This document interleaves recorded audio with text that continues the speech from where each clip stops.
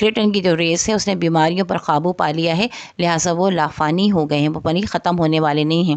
Creating اگر آپ پلے میں آپ دیکھیں تو ایک مرتبہ کہتے ہیں نا کہ ہم نے بیماریوں پر قابو پا لیا، لہٰذا ہمارے یہاں لوگ بہت لمبی لمبی عمر جیتے ہیں اور ہم لوگ جلدی نہیں مرتے ہیں، اور انفیکٹ کہ مرتے ہی نہیں ہیں۔ 21. Why can the people of earth not compete with people of Cretan? سوال نمبر 21 ہے، دنیا کے لوگ کریٹن کے لوگوں سے مقابلہ کیوں نہیں کر سکتے؟ جواب ہے، the people of earth cannot compete with people of Cretan as in the words of Cretan, human civilization in its primitive age. دنیا کے لوگ کریٹن کے لوگوں سے اس لیے مقابلہ نہیں کر سکتے کہ جیسا کہ کریٹن نے خود کہا کہ انسانوں کی جو تہذیب ہے وہ ابھی ابتدائی دور میں ہے۔ People of earth are still struggling with diseases and under the control of emotions. دنیا کے لوگ ابھی تک بیماریوں سے لڑ رہے ہیں، ان کے ساتھ کوشش میں لگے ہوئے ان کو کنٹرول کرنے کی، اور وہ اپنے جذبات کے تحت کام کرتے ہیں۔ They are far behind in the technological advancement than that of Kreton's race, لہٰذا وہ بہت پیچھے ہیں۔ دے آر فار بیہائنڈ، بہت پیچھے ہیں ٹیکنالوجی میں، ایڈوانسمنٹ میں، اس کے آگے بڑھنے میں کریٹن کی نسل کے مقابلے میں۔ میں اس کو روانی سے پڑھ دیتی ہوں۔ The people of earth can not compete with people of creating as in the words of creating, human civilization is in its primitive stage. People of earth are still struggling with diseases and under the control of emotions. They are far behind in the technological advancement than that of Cretan's race. سوال number 22 ہے، what type of life do you foresee in the year 5000؟ آپ 5000 سال میں دنیا کو کیسا دیکھتے ہیں؟ The life in the 5000 will be highly scientific. تو جواب ہے کہ 5000 سال بعد یا 5000 سال جب دنیا کو گزر جائیں گے تو دنیا جو ہے وہ سائنس میں بہت زیادہ ترقی کر چکی ہوگی، بہت زیادہ سائنٹیفک ہو چکی ہوگی۔ The technological advancement will change the scenery of the world, اس دنیا کے منظر نامے کو تکنیکی ایڈوانسمنٹ نے تبدیل کر دیا ہوگا۔ Space journey will be common, اور اسپیس جرنی، اسپیس میں سفر کرنا بہت آسان ہوگا۔ یعنی آپ کبھی مریخ پہ جا رہے ہیں، کبھی چاند پہ جا رہے ہیں، گھوم رہے ہیں پھر رہے ہیں، یہ جیسے ہم کراچی، لاہور، حیدرآباد، پشاور چلے جاتے ہیں تو ایسا ہمارا وہاں پہ بھی جانا، یا ملک سے باہر چلے جاتے ہیں تو ایسے جانا آسان ہوگا۔ Spaceship and advance aircraft will be seen all around, اور اسپیس شپ یعنی مختلف خلا میں جانے والے، اسپیس میں جانے والی جہاز اور ایئر کرافٹ، دنیا کے اندر ایک ممالک سے دوسرے ممالک تک جانے والے یا ایک شہر سے دوسرے شہر تک جانے والے ایئر کرافٹ جو ہیں وہ چاروں طرف نظر آتے ہوں گے۔ along with all this progress، اور اس تمام تر ترقی کے ساتھ people will be liberated from all the evils of violence، لوگ آزاد ہوں گے، liberated ہوں گے evils of violence، برائیوں سے، دہشت گردی کی، غنڈہ گردی، برائی کی، hatred کی، نفرت کی اور دشمنی کی، enmity کی۔ People will lead a satisfied, prosperous and contented life، لوگ جو ہیں ایک بہت پرسکون، سیٹسفائڈ یعنی پرسکون، پراسپرس خوشحال، کنٹینٹڈ مطمئن زندگی بسر کر رہے ہوں گے۔ میں اس کوشچن آنسر کو دوبارہ سے پڑھ دیتی ہوں آپ کے لیے۔ The life in 5000 will be highly scientific. The technological advancement will change the scenery of the world. Space journey will be common. Spaceships and advanced aircraft will be seen all around. Along with all this progress, people will be liberated from all the evils of violence, hatred and enmity. People would lead a satisfied, prosperous and contented lives. 23. Question number 23 ہے, what are the literary elements used in Visit to a Small Planet and how they enhance the story? Play Visit to a Small Planet میں کس طرح literary elements کو use کیا گیا ہے اور وہ کس طرح اسٹوری کو انہینس کرتے ہیں یعنی واضح کرتے ہیں یا اس کے مزے کو دوبارہ کر دیتے ہیں، پڑھنے والے کے لیے اس کو اچھا کر دیتے ہیں۔ The play visit to a small planet is full of literary devices. Play visit to a small planet جو ہے اس میں بہت سارے لٹریری ڈیوائسز یوز کیے گئے ہیں۔ Basically it is a comedy play, عام طور پر یہ جو ہے یا بنیادی طور پر یہ کامیڈی پلے ہے ود دا یوز آف سٹائر، جس میں کہ طنز کو استعمال کیا گیا، بلیک ہیومر کو استعمال کیا گیا، مذاق کو، and irony on American society, اور امریکہ کے معاشرے کی آئرنی کو یا طنز کو یوز کیا گیا. کوشچن پڑھ دیتی ہوں. آنسر پڑھ دیتی ہوں. The play visit to a small planet is full of literary devices. Basically it is a comedy play with the use of satire, black humour and irony on American society.